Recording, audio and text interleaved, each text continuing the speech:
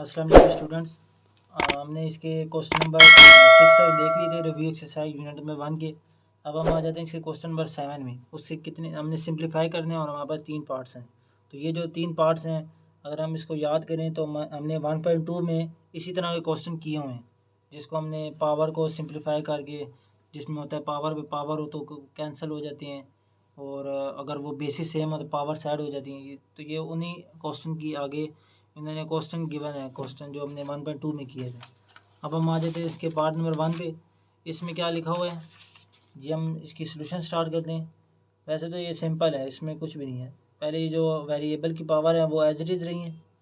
तो ये जो ये अंडर रूट है ये क्या है, अंडर रूट 5। तो ये क्या हो जाएगी 1/5 इसकी पावर। ये तो हमने देखा हुआ पहले भी, अगर सिंपल अंडर रूट होता तो इसकी पावर होती 1/2। यहाँ पे 5 आ गया तो इसलिए ये भी क्या हो गया 1/5। अब ये अब 3 वेरिएबल हैं। अब ये इनकी पावर होल पावर है और ये तीनों की पावर है, लेकिन हम अब पावर्स को हमने सिंप्लीफाई करना है। अब ये जब पावर डिस्ट्रीब्यूट होगी तो ये एक्स की अलग होगी, वाई पे अलग होगी, जी पे अलग होगी। तो ये जब एक्स पे होगी तो 15। अब इसको हम यूँ भी लिख सकते हैं 1/5, क्योंकि इस पे अलग है। फिर मल्टीप्लाई लिखें या डॉट लिखें एक ही मतलब है। फिर वाई 35 की पावर 1/5 उसी तरह आ जाएगी। उसके बाद जी की पावर 20 और 1/5। अब ये क्या हो जाएंगे, अब देखें ना तो ये 5 के टेबल से ना तीनों कैंसिल हो रहे हैं। कैसे, 5 के टेबल में 3 होता है 15, 5 के टेबल में 4 और 5 के टेबल में 7। अब जो कैंसिल होकर इनकी वैल्यू आई है वो हम लिख देते हैं सिंपल। एक्स की 3 आई है, वाई की 7 आई है और जी की आई है 4। तो ये हमारे पास सिंप्लीफाई होगी है, इससे ज़्यादा ये सिंप्लीफाई हो नहीं सकती। तो ये इसका सिंपल सोल्यूशन है। उसके बाद क्या है हमारे पास, अंडर रूट 3 लिखा हुआ है, उसमें वैल्यू क्या लिखी है 27 और उसकी पावर है 2x। तो हम क्या करते हैं, सबसे पहले जो 2x है 27 है, उसकी पावर है 2x है। उसकी जो होल अंडर रूट था वो क्या था 1/3, मतलब अंडर रूट 3 था, तो उसको क्या हो जाएगा 1/3। अब ये पावर पावर है तो पावर क्या हो जाएंगी मल्टीप्लाई, तो मल्टीप्लाई होकर क्या हो जाएंगी 2x/3, क्योंकि 2x 1 से होगा और इसके नीचे 1 है तो 1 3 ज़ा 3 हो जाएगी। उसके बाद क्या होगा, ये जो अब 27 है ये होता है 3 की क्यूब। इसको हमने 3 की क्यूब लिखा है तो ये 3 से कैंसिल हो गया। अब ये 3 की पावर सिंपल क्या बचेगी 3 की पावर 2x। तो ये इससे ज़्यादा सिंप्लीफाई नहीं हो सकता, ये इसकी सिंपल एक सोल्यूशन है। अब हम आ जाते हैं इसके पार्ट नंबर 3 में। पार्ट नंबर 3 में क्या है 6 है और 3 की पावर n+2 है, और नीचे क्या है 3n+1 है और -3 की पावर n है। हम इसको सोल्व कर लेते हैं। ये हमने देखा हुआ था कि अगर बेस को अलग कर दें तो उनकी पावर डिस्ट्रीब्यूट हो जाती हैं और साइन सेम रहते हैं। कैसे, अब ये हमारे पास 6 3 की पावर n+2 3n+1 3n। अब हमने ये जो 3n है इसको किसी तरह कॉमन लेके दोनों में से कैंसिल करना है, ताकि हमारे पास सिंपल ये कोई वैल्यू आ जाए बगैर n की पावर में। कैसे, ये 6 तो एज इट इज़ रहा है। अब ये 3n मल्टीप्लाई या डॉट और 3 की पावर 2, इसी तरह नीचे क्या हो जाएगा 3 की पावर n 3 की पावर 1 -3 की पावर n। ये हमने कैसे किया, हमने ये इसकी एक वो प्रॉपर्टी देखी हुई है कि अगर दो वेरिएबल हों जैसे x और x, अब ये सेम वेरिएबल है, बेस सेम है दोनों की, और इनकी कोई वैल्यू हो 2 और 3, ये क्या होती हैं इनकी बेस एक बार आ जाती है और पावर्स क्या हो जाती हैं ऐड हो जाती हैं। तो ये हमारे पास अभी इस फॉर्म में लिखा हुआ है, ये 3n+2 इस फॉर्म में लिखा हुआ है। तो हमने इसको अब इस फॉर्म में लाना है ताकि ये सिंप्लीफाई हो सके। तो हमने क्या किया, अब ये बेसिस डिस्ट्रीब्यूट हो गई हैं, 3 डिस्ट्रीब्यूट हो गई हैं, उनकी पावर भी डिस्ट्रीब्यूट होगी। एक पे n आ गई, एक पे 2 आ गई। इस तरह डिनोमिनेटर में यही हुआ, एक पे n आ गई, एक पे 1 आ गई।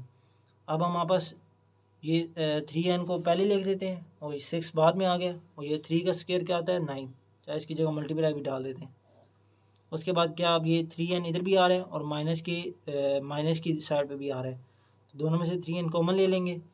पीछे क्या, ये तो अब कॉमन आ जाएगा, पीछे 3 की पावर 1 3 होता है, और यहाँ पे क्या माइनस, और यहाँ से 1 बचेगा क्योंकि ये 3n तो बाहर कॉमन आ गया।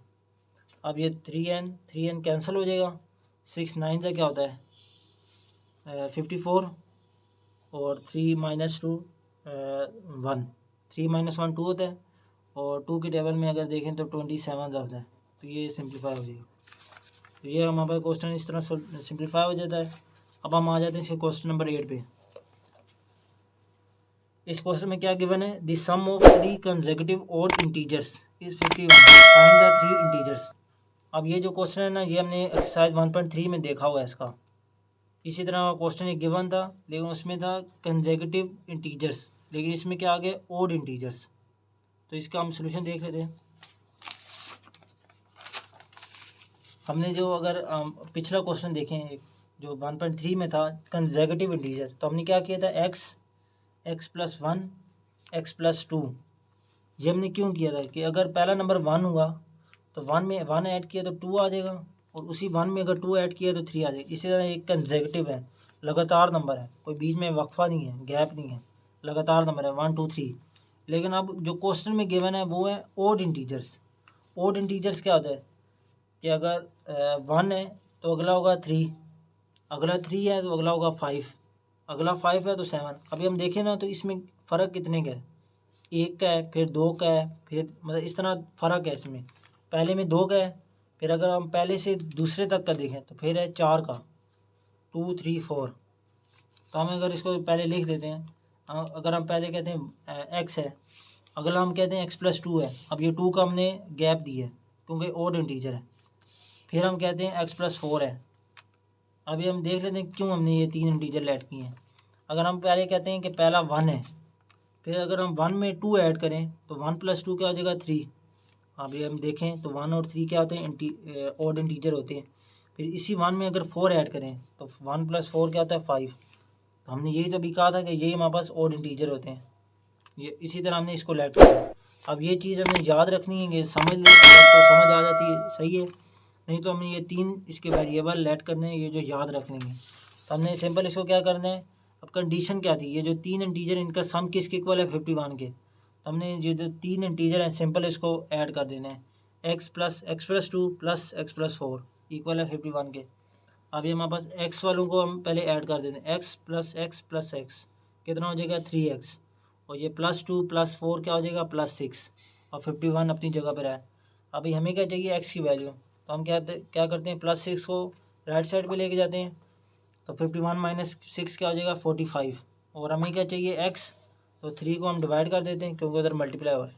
तो 45/3 क्या होता है, मतलब अगर इसको हम सिंप्लीफाई करें तो 3 के टेबल में 15 होता है, मतलब 3 15 होता है 45, तो ये कैंसिल हो जाएगा। अब हमारे पास जो x की वैल्यू आ गई 15।